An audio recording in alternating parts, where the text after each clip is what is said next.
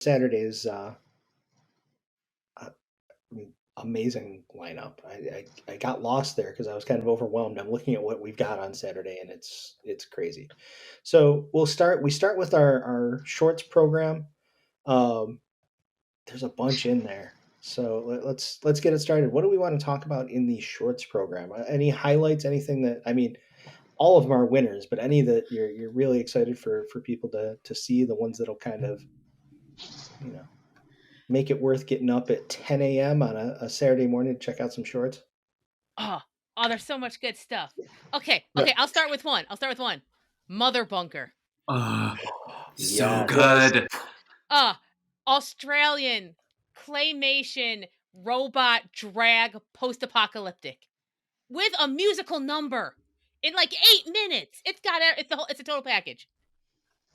Yeah, I was going to say that is one of a bunch of animated shorts in that program that I'm so excited. I'm always a fan when you are able to work in more animation, and that we've got several between Mother Bunker, Monster Encounters, Posted No Hunting, Jupiter and Europa.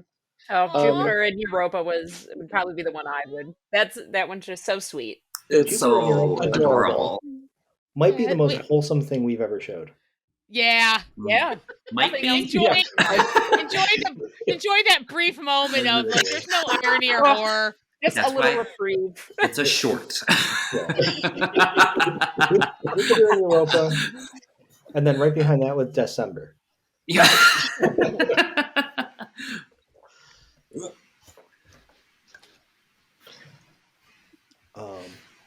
Any more thoughts about the shorts program? Well, I mean, go on, Megan. I want other people to go because I'll just take it all up. You are going to get the best short clown film probably ever. Yes. Oh, it's so good. It's so good. We promise. Aaron, are you talking? You're on mute. It's world building. It's unexpected. Okay. There we go. I saw a lot of motion. Yeah, and then I felt bad because it the way that this screen is set up, I have to scroll down. I'm trying to get my keyboard. I'm like, I can't move fast enough. I want to see all of your faces. So it's world building. It's unexpected. You know what? Here's the thing. We're about to give you a short where the clowns are not monsters. Yes. I don't like clowns, and I love the clowns in this. Like, clowns creep me out, and I love this short. I adore it. Also, we have a fantasy short that I'm obsessed with that I think is cute and sweet and builds a good world. Obsessed with it. Feast, yeah? Feast? Yeah. Yep. Yeah. It has the sweetest lesson. It does. Yeah. And what's the other short I was obsessed with? Nope, out of my brain. Gone. Sorry. That's how many quality shorts we have, is that we can't even hold them all in our brain at the same time. Yeah, it's a really solid block. They're just constantly whirling through. Yes. Like a Rolodex. Yeah. Yeah. Because we're all youngsters that are hip and with it. Yeah. With our Rolodexes. Yeah, well, also I keep my fax numbers. Oh, phone interview. The phone interview. Oh, yeah. Yeah, that one's fun. That's super fun. Yeah. I'm also like gonna a horror show. Oh, go ahead. No, I think it's a horror short that takes place. Oh yeah, it's a horror short that takes place in a Claire's. It feels like. Yes. Yeah. Which is an aesthetic I appreciate. Absolutely. It's very the other shining. I was going to shout out is Black Hole, which I love. It is a little sci-fi, a little existential, and also another Anomaly alumni who had a short last year, Patch. Oh yeah, Patch is fantastic. So yeah, this is just quality all the time. And horror goo? No, human goo. You know what? We said too much. Horror goo is It depends on who you're asking if that's horror goo. Yeah, it depends on the There's a percentage.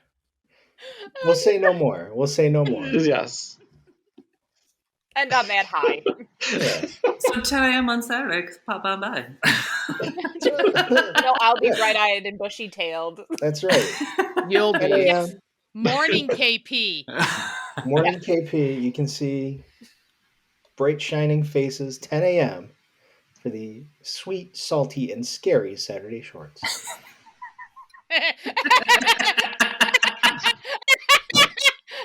not laughing at that title for any reason. So we move on to 1 p.m. Still in Little Theater 5. Still in Little Theater 5. We've got Garden of the Gods, and Zalava is our feature. Garden of the Gods. Oh, yes. It's our second short that's influenced by Edgar Allan Poe. Adam, correct? At least. Yeah, and it's a great reimagining. I can't wait for people to see that one. It was just a pleasure from start to finish. Yeah, that's what it has a nice slow dread build, because like once you're like, oh, I see what story this is. Oh, yeah, no. It's mwah. Like a fine Amontillado. The finest. You may not get to enjoy it, though. You may not get to enjoy it. Well, luckily, actually, you as the audience will get to enjoy it. Yes. Don't be a jerk, everybody. That's just right. it. There's a lesson. Don't be a jerk. It's your big takeaway. It's right. It's a lesson in manners. Because we're an educational podcast and film festival. That's right. Our feature is Zalava. It's an Iranian film, and at this point, that's all I know about it. So who wants to tell me more about Zalava? Who's seen it? Because I don't like. I've seen it, but I know other people have, so I don't want to I've take seen it. it. Yeah. Oh yeah, go for it. Yeah. Well, this is a beautifully shot film, and it is definitely that psychological. Is there a monster? Is there not a monster? It's got supernatural elements. The cast is incredible in this. It's one of those where the whole time you don't know what's coming. You don't know what's real, what isn't. There's a lot of crazy suspenseful moments that you think is going to happen, and then something else happens, and you're like, what is happening? But I thought this was a really, really, really fun film. And you will never look at glass jars the same way again. Oh, yeah. I will say, like, personally, one of my favorite things about this is, like, the philosophical kind of core of it, right? Of logic versus faith and superstition. So, I don't know. I feel that on a personal level. I'm related to a lot of superstitious people, and I am very logical. So you were feeling it. Yeah. I mean, the moral of the story is don't be that hubris. But, like, don't get it with hubris. But, like, it's a delicate balance between the two. But, no, I thought that they did that fantastically. I mean, it really has that element of, like, almost like two men in their ego. Like affecting an entire village, because like you're like they're the one, like the village is the one, like theoretically both of them in their own way is supposed to be kind of serving, and yet you have one character, the doctor, she's the only one who seems to be able to bridge that gap between belief and science. And I think it's very interesting that you have like stuff that happens, and you start to see like what this film's thought process on that is, and how egotistical men can fuck shit up. There, I said it. Yeah. Also jars. Can I just tell you, the mustache on that lead man, I just like top tier mustache. Like, impeccable. I just so good. Like impressive. Needs to get its own billing. Really? The mustache deserves it. I believed him. I'm like, oh yeah, like this is a military guy through and through. Look at him. I'm Look at that assuming the grooming. mustache is part. Yeah, it's part of the uniform. Perfectly like what, he trimmed. turns it in when he's done. Yeah, he's This like, regulation. There's a little ruler every morning. Does mustache guy to trim?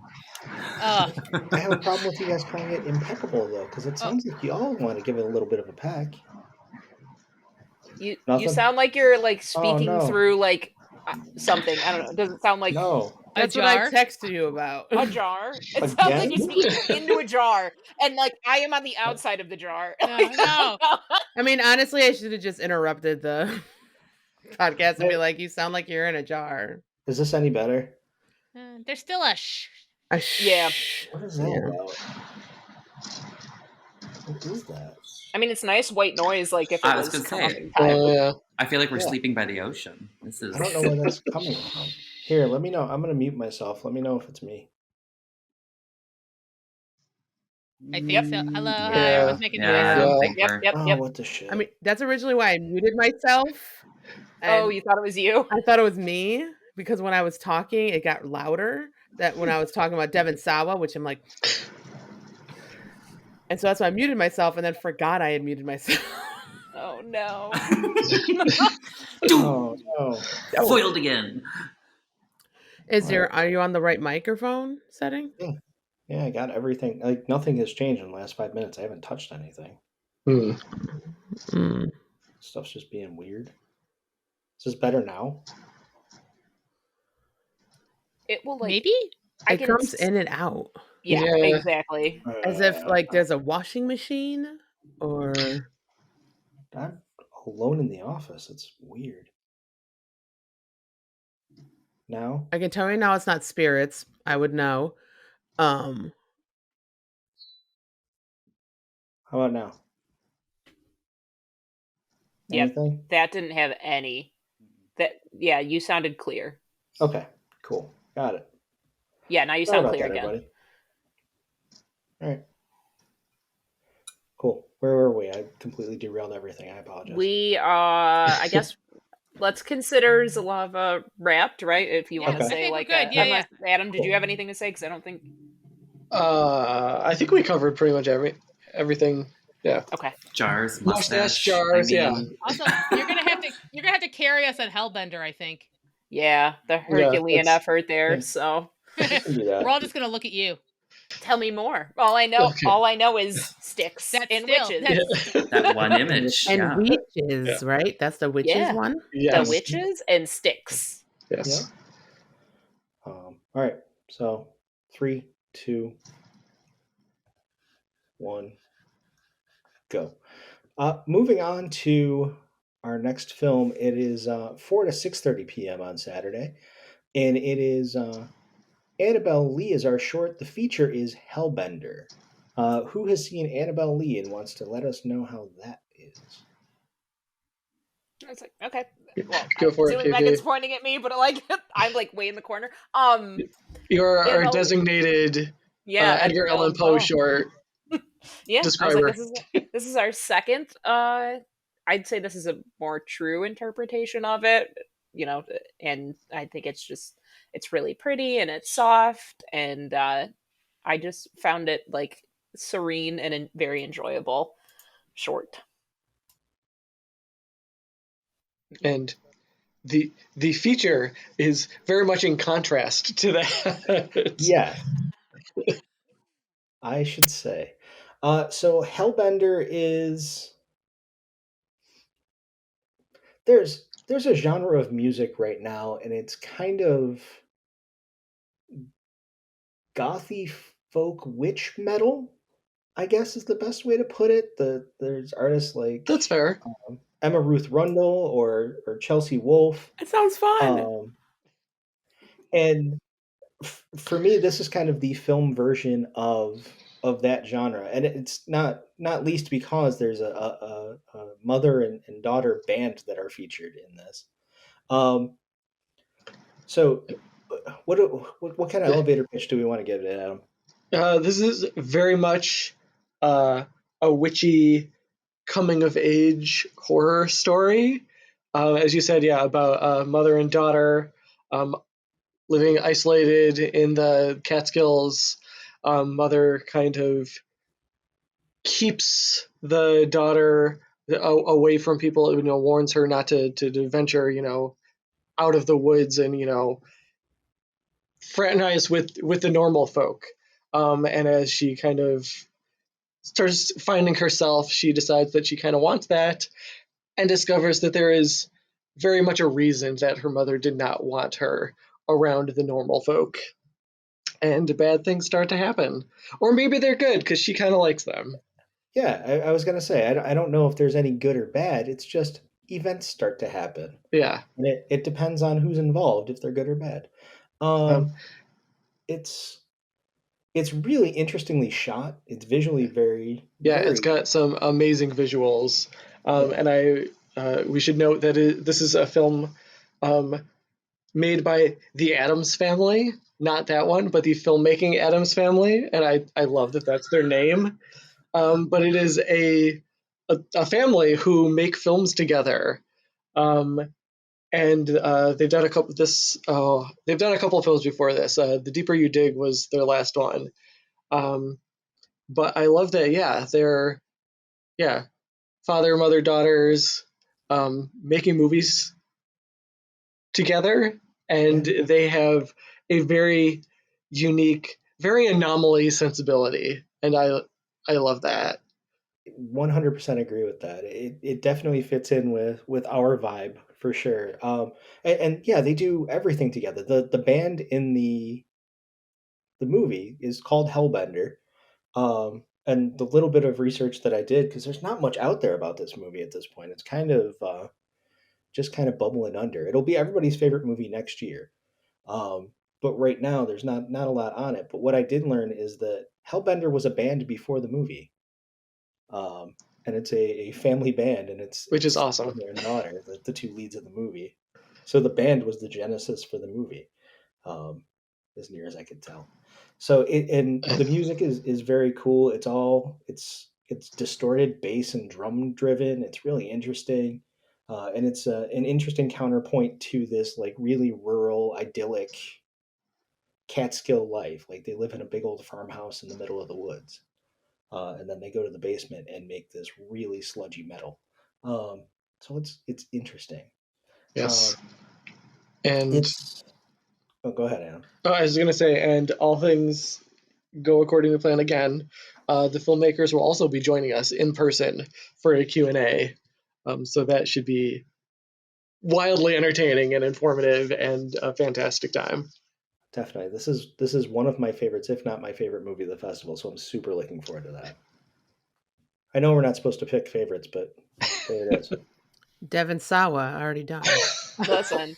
The great. I wasn't on mute. Dang. The great Lucille Bluth. I love all of my children equally, and then instead of like I never really cared for Job, it's Hellbender's my favorite. Like, I am only human, and yeah, that's what I'll do. If Aaron can have Devon Sawa, I've got Hellbender. Absolutely, full permission, Devon Sawa. I'm sorry. Permission granted. Permission granted. They're the authority. So moving on to our 7 p.m. Saturday night feature and short. It's Bloodshed, and the feature is New York Ninja. Before we get to New York Ninja, who wants to talk about Bloodshed?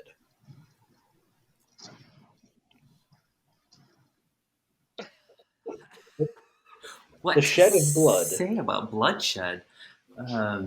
I mean, it's dark. It is bloody. it may or may not take place in a shed. Who's to say? Are you intrigued now? And you know what? That might just be enough. Yeah. We'll leave that there. And we'll head into New York Ninja. A film with an incredible backstory. Oh my god, oh my god, oh my god, oh my god. was almost lost. We almost lost this. It would have just sat on a shelf in pieces. Yeah. The most unique origin story, if you will. Really and truly, it Yeah. is. Our good friends at Vinegar Syndrome found this film unfinished, no music, no audio, and in various states of assembly. Cut it all together, hired a band to do a kick-ass synth soundtrack, hired a who's who of 80s and 90s cult film, direct-to-video, action, and horror stars to do the voices, including Don the Dragon Wilson as the lead, Cynthia Rothrock, Linnea Quigley, Michael Berryman. It's a who's who. It's fascinating how it all went together, and beyond that, it's just a kick-ass Saturday night 7 p.m. movie. This one, I'm a little concerned about this movie, and I'll tell you why. The Little may sell out of popcorn. You gotta. Yeah. This is popcorn bonkers. In the best way. You will never be bored, not for 1 second. Sometimes you don't know what's going on. It doesn't matter, because then you're on to the next 3 scenes, and it's fun. Plutonium, what the hell? Why is that guy in a full kendo suit and nobody else is? Who gives a shit? That guy's got a rat tail, and he's driving a car, and he's got a sword. Oh! There's MI6, like a British guy for a little bit. Ugh. Yeah. It's amazing. I think they're both it's all nonsense and also very integral. Every piece of this. If you removed one thread, one strand of this tapestry, it would fall apart. Thus is New York Ninja. Exactly. This movie has everything. Child ninjas. Yes. 100%. Children. The children. Oh yeah. I mean, the little balls of like chalk or something. Like it looked like those like rosin things for your hands, but he just throw them like it was a smoke bomb, but it was just a ball of chalk that would hit the ground. Yeah, I was like, is that what the gymnasts use before they do the parallel bars? Nope, it's he weaponized a weapon. Something. Oh, this and the fashion. Yes. Every gang member. Here's my theory. So they didn't have a lot of money. God bless them. So I think there was this. Everybody go home. Bring me something from your closet. And now that's your costume. And people did it. They committed. There's like helmets and goggles. And was there a hockey stick? I don't even remember. Here's the thing. It's like if Casey Jones. See, and like for me, I'm like, this is like for Nintendo, it's like Kung Fu plus Streets of Rage. Like if you just cross those and turn it into a movie, put it in a and that's you get New York Ninja. Oh, also the wigs. The wigs. Oh. No was ever. They never spent more than $5 on any of these wigs. No, they barely ship them out before they put them on. Oh, sorry, Matt. Go ahead, Matt. You and I hit heads on that one. We were going to the same place. They barely ship them before they put them on the heads. Yeah. Well, there was no time. There's too much action to shoot. They don't have time. Put the wig on and get out there. Yeah. Who cares about the wig? Somebody's about to get kicked in the face with a roller skate. Probably. Yeah. Also, what I love, again, this is an assumption of mine. I don't think they had permits to shoot in 1984-85 New York City. So there's one, amazing shots of the city, and two, it's full of people who don't know when they're in a movie. Right. They have no idea that we're watching them, 30, 40 years later? There's it's a scene amazing. where they're just rolling down 42nd Street at one point. They're just living their lives. Yeah. And when that was shot, that was the most wholesome thing happening on 42nd Street. So why would it bother them? Yeah. It is like just to see the area, the subway. It's the Halloween parade that they filmed in the middle of at one point. Yeah. I mean, if for nothing else, like it's historical. It's a time capsule. Exactly, with ass kicking. So, bam. It's perfect shooting the rodeo, and it's great. I think I don't want to spoil any more about New York Ninja. Just come out and see it. Grab popcorn. We said a lot of stuff, and we didn't even cover half of it. Right. Oh, yeah. Not by a long Barely, shot. barely chipped away at the surface on this one. Oh. Yeah. New York Ninjas will New York Ninja, it will kick your face's ass. Speaking Poetry, my friend. Poetry. Speaking of ass kicking, we'll head to our final feature for Saturday and the short. It's Iron City Ass Kickers, and the feature is Let the Wrong One In. I can start with Iron City Ass Kickers because I'm the unabashed wrestling fan here. It's a 20-minute TV pilot about a wrestling federation in Pittsburgh. And I hear you asking, Anomaly, why would you show a 20-minute TV pilot shot on like VHS in Pittsburgh in the mid 90s? Well, because it was directed by George Romero, who also has a big part in it as a barfly, I guess, for lack of a better term. Iron City Ass Kickers is an artifact from when George Romero couldn't get a job making movies. Which is a shocking thing to say out loud, but there was a period where he just couldn't get money to make a feature. So he made this, Iron City Ass Kickers, and it's got George Romero all over it. It's fun in a very weird way. You're going to see some faces that you recognize. Lori Cardiel's in it too. And yeah, it's just a really goofy VHS, something you would have seen on late night TV in the 90s. Anybody else have anything more intelligent to say about it than what I just babbled at? No, I think you covered it. Like I think you it is covered a it. time. Yeah, it is a time capsule of like if you just dug it up from wherever this bar, which probably is not standing, and you're just like, wow, here's the VHS buried here. What was it like in the 1990s? And you'd be like, okay, all right. If it's still standing, it's exactly the same. Oh yeah, sticky floors and 100%, all. absolutely. It's the sort of bar that you see it and you know what it smells like. Yep, and then we'll come off the back of that and into Let the Wrong One In. Our tagline on this is it's a bloody comedy of vampires and brotherly love. It's got vampires. It's got brothers. It's got a vampire brother. What? I was doing like the Pizza Hut and Taco Bell thing. Yeah. It also has like the bachelorette party from hell, or since this is Ireland, a hen do. A hen do. Which is just fun to say, but here's the thing: just as nuts as a bachelorette party on the loose, and they're already dangerous. But what if they'd been turned into vampires? It's even worse. But they still have to plan a party and open a club, which just is a lot. It's just a lot. There's so much. A lot. You know what? Yeah, that maid of honor is like really like She's working. doing it. She's working it. They're girl bossing so hard. So hard. It's like what if you Irish girl boss. It's like what if you took like really fucked up family dynamics and then threw in a little bit of vampirism. Yeah. Yeah. And then will it make it better? Will it make it more difficult? Sorry, that shushing's back. It's back. I hear it.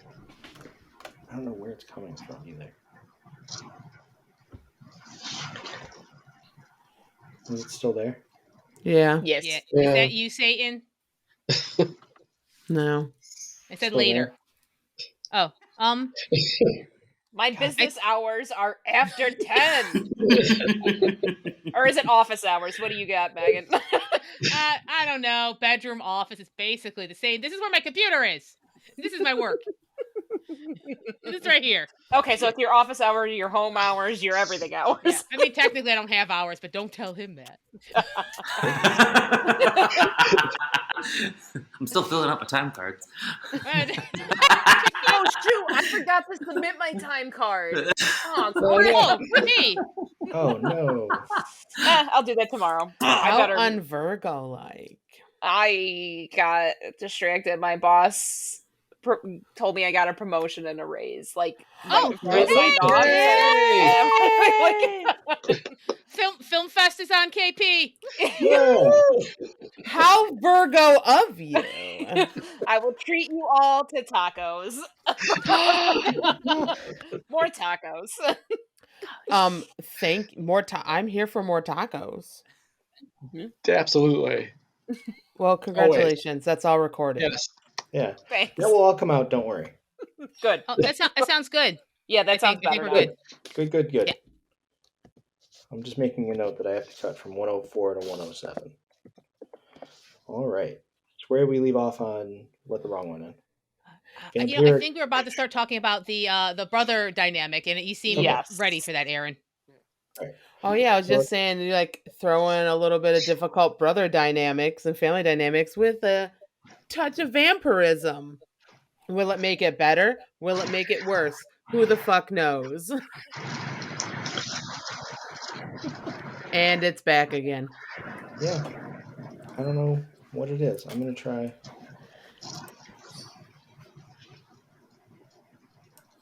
Okay, it's definitely not me.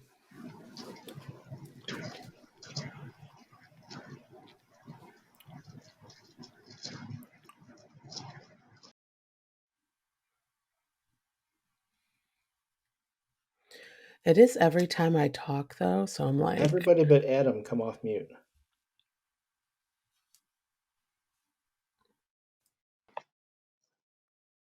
Am I back? Yep, you're back. I don't know why it keeps doing that. Yeah, it is on your side.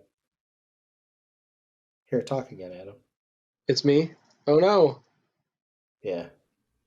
I don't know what it would be. I don't know. That's weird. It's fine. It's fine, because if it's there, I can edit around it. It doesn't sound terrible.